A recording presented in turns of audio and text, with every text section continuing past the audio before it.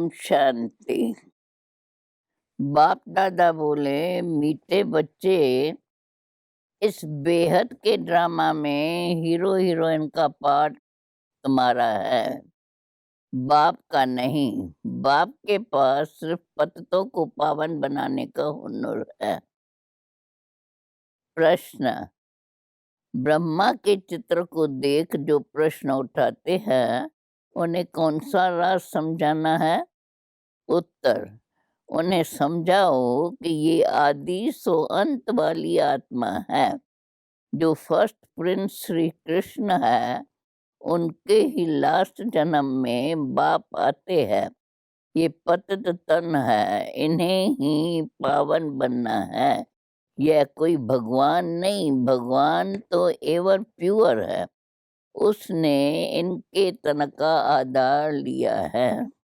गीत: मुखरा देख ले प्राणी। ओम शांति। बाप ने बच्चों को समझाया है, शांति के लिए कोई बाहर दर दर धक्का नहीं खाना है। जैसे हठयोगी सन्यासी समझते हैं, ग्रस्त व्यवहार में रहते शांति मिल नहीं सकती। शांति जंगल में मिलती है, परंतु बाप समझाते हैं शांति वहाँ भी नहीं मिल सकती। इस पर एक कहानी व दृष्टांत सुनाते हैं कि रानी के गले में हार पड़ा था और ढूंढती थी बाहर। ऐसे शांति तो तुम्हारे गले में पड़ी है, बाहर कहाँ ढूंढते हो? बाप आकर समझाते हैं, बच्चे, तुम आत्मा का स्वधर्म है ही शांत। ये शरीर तो तुम्हारी कर्म इंद्रियां है, जिससे तुमको पाठ बजाना पड़ता है। आत्मा तो अविनाशी है। आत्मा कोई छोटी बड़ी नहीं है, न विनाश होती है। हाँ, आत्मा पतित बनती है, इनको ही पावन बनाना होता है। आत्मा को पहले किशोर शरीर मिलता है, फिर युवा, फिर वृद्ध होता है। आत्मा तो है ही एक रस। पहले पहले तो आत्मा को जानना होता है। मैं आत्मा ही बैरिस्टर आज बनता हूँ। इसको कहा जाता है आत्म अभिमानी भव। बाप समझाते हैं, बच्चे, तुम देह अभिमानी बन पड़े हो, इसलिए अपने को शरीर समझ लेते हो। यह भूल जाते हो कि मैं आत्मा हूँ, यह मेरा शरीर है। तो अपने को रियलाइज करना है। 84 जन्म भी तो आत्मा ही लेती है। अभी बाप ने समझाया है, जो ब्राह्मण बने हैं वही फिर देवता बनने वाले हैं। ऐसे भी नहीं कि सब 84 जन्म लेते हैं। कोई पहले आएगा, कोई 50-100 वर्ष बाद भी आते रहेंगे। कोई के 80 वर्ष, कोई के 82 वर्ष, कोई के कितने जन्म होंगे। मनुष्य तो 84 लाख जन्म कह देते हैं। इनसे भी सेटिस्फाई नहीं होते हैं, कह देते कण कण में भगवान है। अब भगवान कहते हैं, मैं किसी मनुष्य तन में भी नहीं हूँ, तो जानवर, पत्थर, ठिक्कर, कण कण में कैसे होगा? बाप ने समझाया है, नंबर 1 ही लास्ट नंबर में तमो प्रधान बनते हैं। मैं स्वयं कहता हूँ कि मैं बहुत जन्मों के अंत में साधारण तन में प्रवेश करता हूँ। जिसने पूरे 84 जन्म लिए हैं, वह तो जरूर पतित होगा, पावन तो हो नहीं सकता। बाप खुद कहते हैं, पहले नंबर में है श्री कृष्ण, फर्स्ट प्रिंस। श्री नारायण तो बाद में बनता है। जब बड़ा होता है, वह भी 20, 25 वर्ष कम हो जाते हैं, उनकी भी पूरे 84 जन्म नहीं कहेंगे। नंबर 1 है श्री कृष्ण। भल वही फिर स्वयंवर बाद नारायण बनते हैं, परंतु हिसाब तो बच्चों को करना है ना। पूरे 84 जन्म 5000 वर्ष श्री कृष्ण के ही कहेंगे। तो बाप बैठ समझाते हैं, मैं कल्प कल्प उसी ही तन में आता हूँ। हिसाब है ना, ब्रह्मा ही पहला नंबर ठहरा, मैं और कोई में आ कैसे सकता। तुमसे बहुत लोग पूछते हैं, सिर्फ एक ही ब्रह्मा में क्यों आते हैं, परंतु यह हिसाब है ना, यह समझने की बातें हैं। गाया भी हुआ है, ब्रह्मा द्वारा स्थापना करते हैं, विष्णु व शंकर द्वारा स्थापना नहीं करते। यह और कोई का काम नहीं है। मनुष्य रचता और रचना को नहीं जानते हैं। यह भी तो ड्रामा में नूंद है। बनी बनाई बन रही, अब कुछ बननी ना है। चिंता ताकि कीजिए, अभी की बात है। जो होनी है वही होती है, वह बदल नहीं सकती। आज जो कुछ होता है फिर 5000 वर्ष बाद होगा। बाबा ने समझाया भी था, कभी भी बात ऐसी देखो तो बोलो यह कोई नई बात नहीं, 5000 वर्ष पहले भी हुआ था। एकदम ऐसा लिख दो, फिर भल आकर पूछे, लिखने में कोई हर्जा नहीं है। यह लड़ाई पहले लगी थी, नथिंग न्यू। फिर कलप के बाद भी ऐसे ही होगा। यह वर्ल्ड की हिस्ट्री जोग्राफी रिपीट होती रहती है। पहले नंबर में लक्ष्मी नारायण बनेंगे। यह सब राज बाप ही बैठ समझाते हैं। बाप कहते हैं, मैं मनुष्य सृष्टि का बीज रूप हूँ। इनको उल्टा झार कहा जाता है। इस कल्प वृक्ष की आयु 5000 वर्ष है। स्वास्तिका में 4 भुजा एक जैसे देखेंगे। युग भी इक्वल है, उसमें फर्क नहीं पड़ता। बाप समझाते हैं कि देखो दुनिया में क्या क्या हो रहा है। कोई मून में जाते, कोई आग पर, कोई पानी पर चलना सीखते हैं। यह सब है फालतू, इससे कोई भी फायदा नहीं। कोई पावन बन मुक्ति जीवन मुक्ति में तो जा नहीं सकते, कुछ भी करे, परंतु वापस घर जा नहीं सकते। आत्मा को अपना और बाप का घर भूल गया है। आत्मा अपने को ही भूल देह अभिमानी बन पड़ी है। फिर मंदिरों में जाकर महिमा गाते हैं, आप सर्वगुण संपन्न, हम नीच पापी है। अपनी गिलानी स्वयं करते हैं। बाप तो कभी पुजारी नहीं बनते।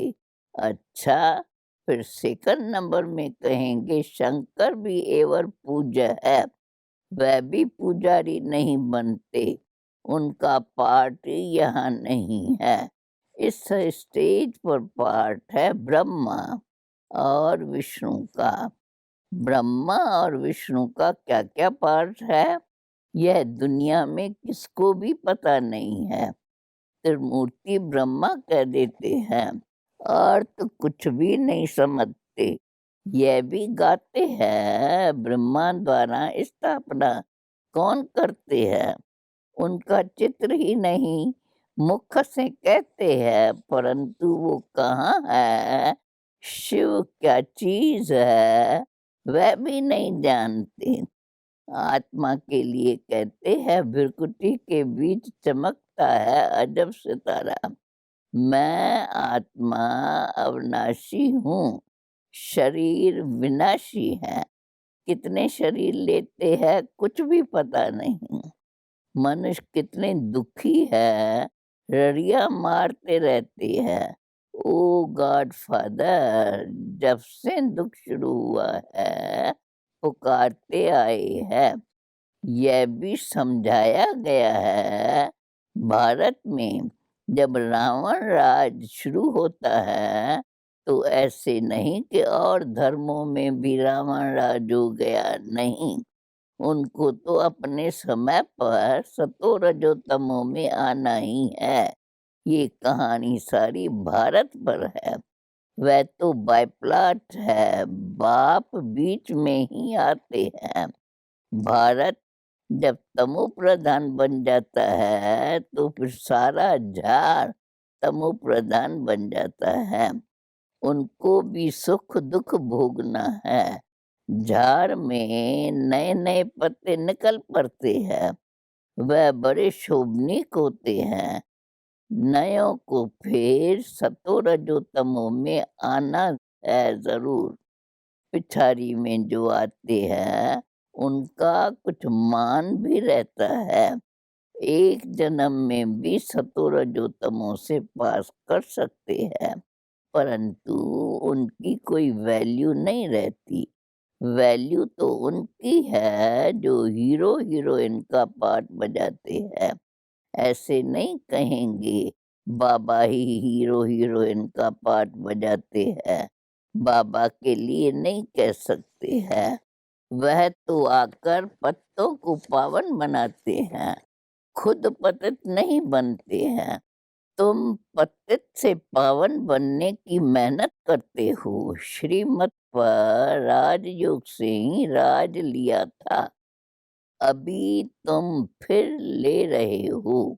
बाबा कहते हैं मैं तो राज नहीं करता हूँ, तुमको राजाओं का राजा बनाता हूँ।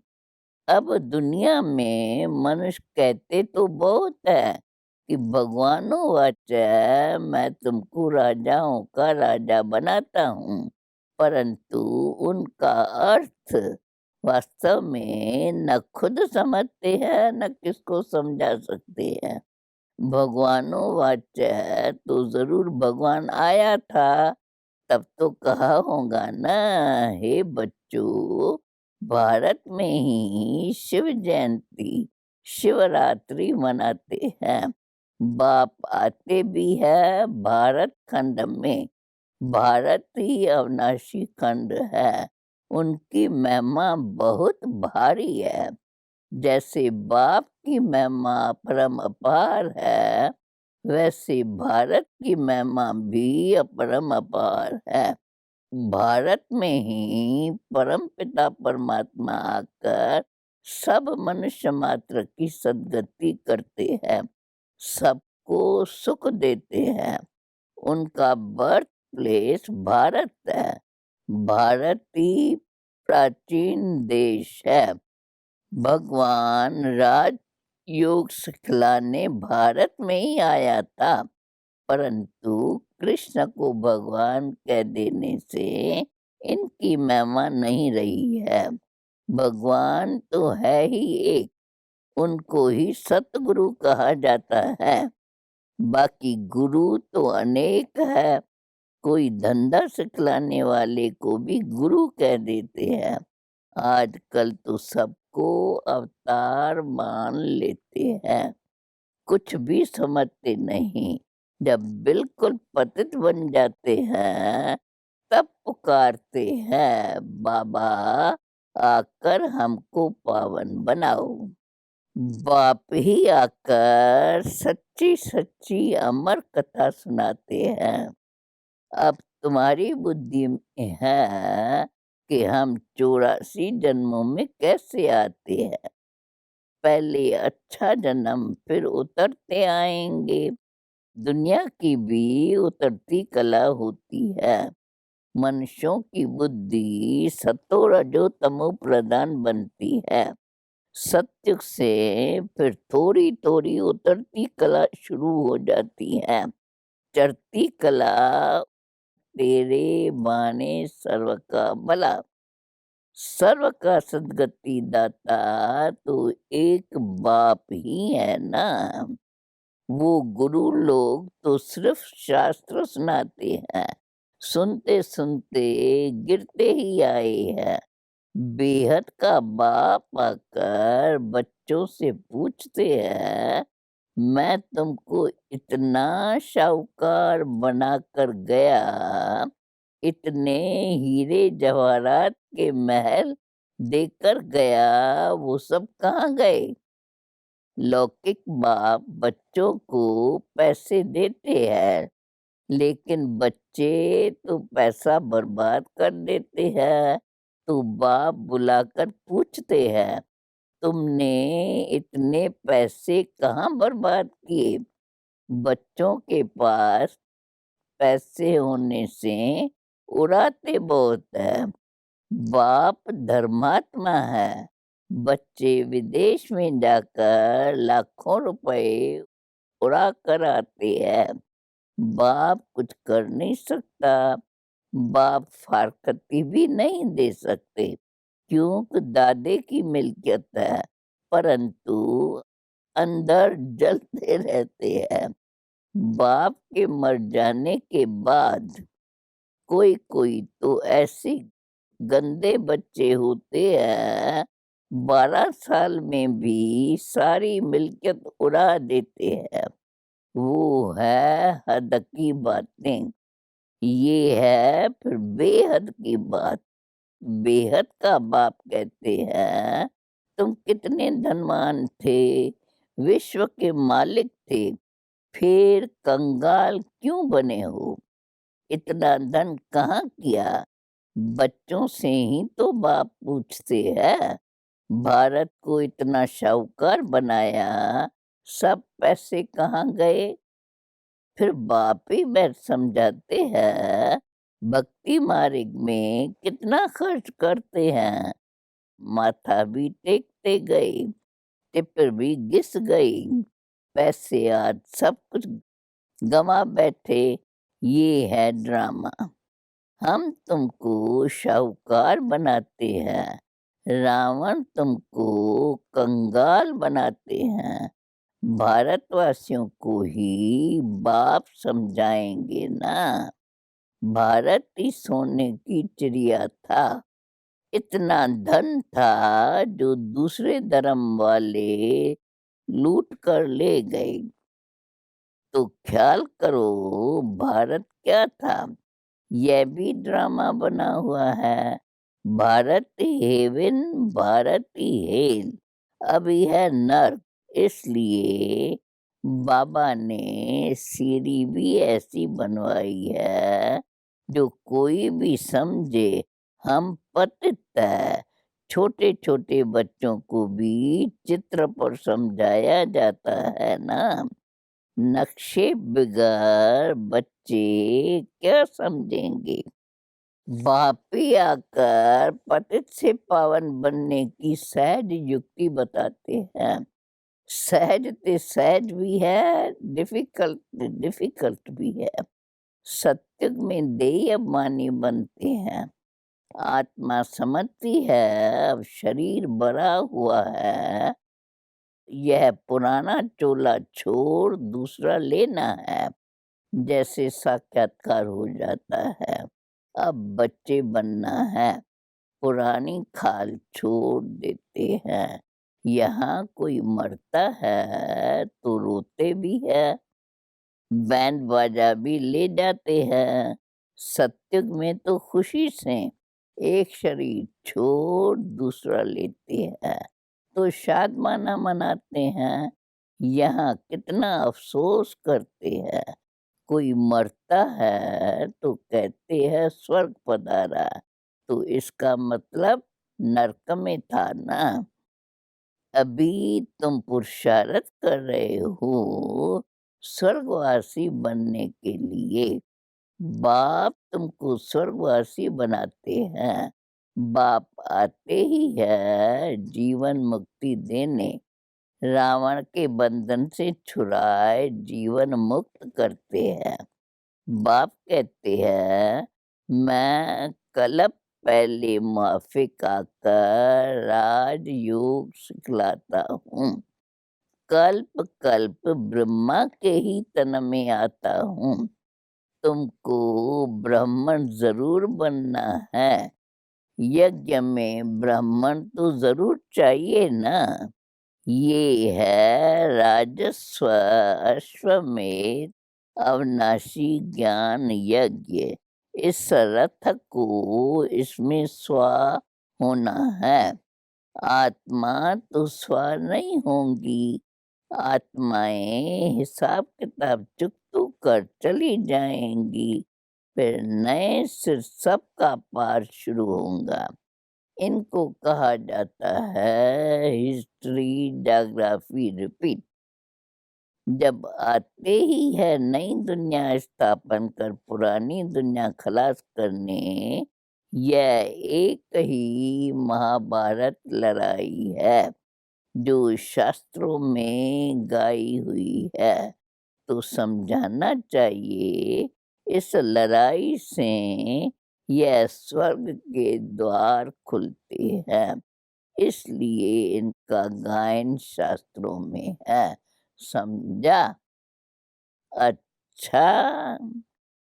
मीठे मीठे सिकिलदे बच्चों प्रेत, मात पिता बाप दादा का याद प्यार और गुड मॉर्निंग। रूहानी बाप की रूहानी बच्चों को नमस्ते। अब फिर धारणा के लिए मुख्य सार। बीती बातों का कभी भी चिंतन नहीं करना है। जो बात बीत गई नथिंग न्यू समझो, भूल जाना है। इस राजस्व अश्वमेध यज्ञ में अपना तन मन धन सब स्वाकर सफल करना है। इस अंतिम जन्म में संपूर्ण पावन बनने की मेहनत करनी है। अब वरदान है, मास्टर त्रिकालदर्शी बन हर कर्म युक्ति युक्त करने वाले कर्म बंधन मुक्त भव। जो भी संकल्प बोल व कर्म करते हो वो मास्टर त्रिकालदर्शी बनकर करो, तो कोई भी कर्म व्यर्थ व अनर्थ नहीं हो सकता। त्रिकालदर्शी अर्थात साक्षीपन की स्थिति में स्थित होकर कर्मों के गुह्य गति को जानकर इन कर्म इंद्रियों के द्वारा कर्म कराओ, तो कभी भी कर्म के बंधन में नहीं बंधेंगे। हर कर्म करते कर्म बंधन मुक्त कर्मातीत स्थिति अनुभव करते रहेंगे। लास्ट में स्लोगन है, जिनके पास हद के इच्छाओं की अविद्या है वही महान संपत्तिवान है। ओम शांति।